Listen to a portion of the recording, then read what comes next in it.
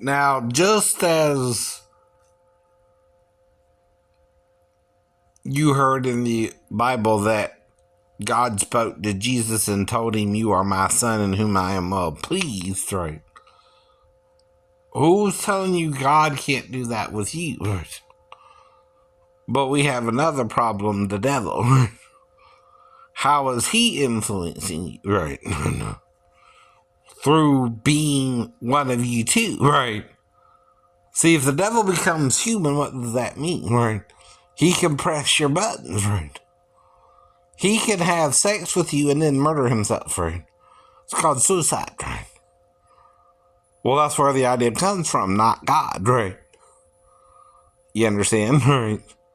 When God tries to help mankind, it's as a whole.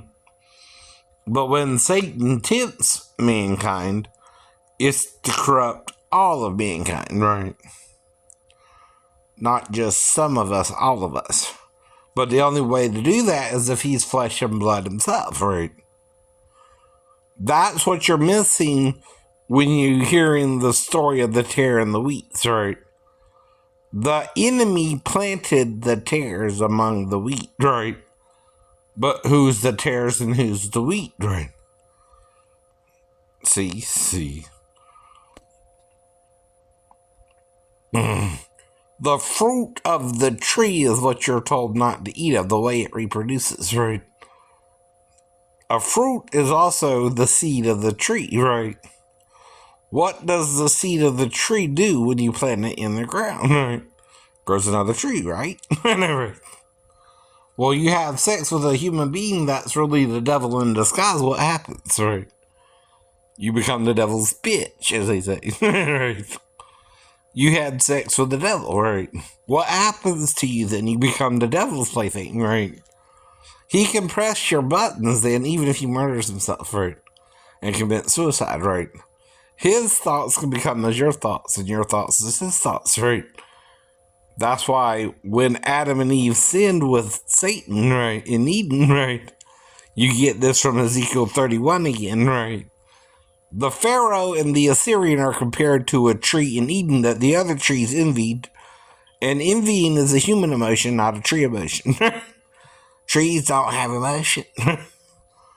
Right. Human beings do that, right? Envy of the devil is why you want to go to hell with the devil. And deny God, right? And that the devil's the one pushing your buttons to sin with him, right? The men who attacked Job's family, right, in the book, right, of Job, right, did so because Satan put it in the men to be his hands, right? Though he's in heaven with God, right, he comes down to the earth and influences the men spiritually to be his hands, right? As does God try to get you to be its hands, right? But you gotta do good like Jesus did, not good and evil like Satan wants you to keep doing, right? That's where you're getting confused, right?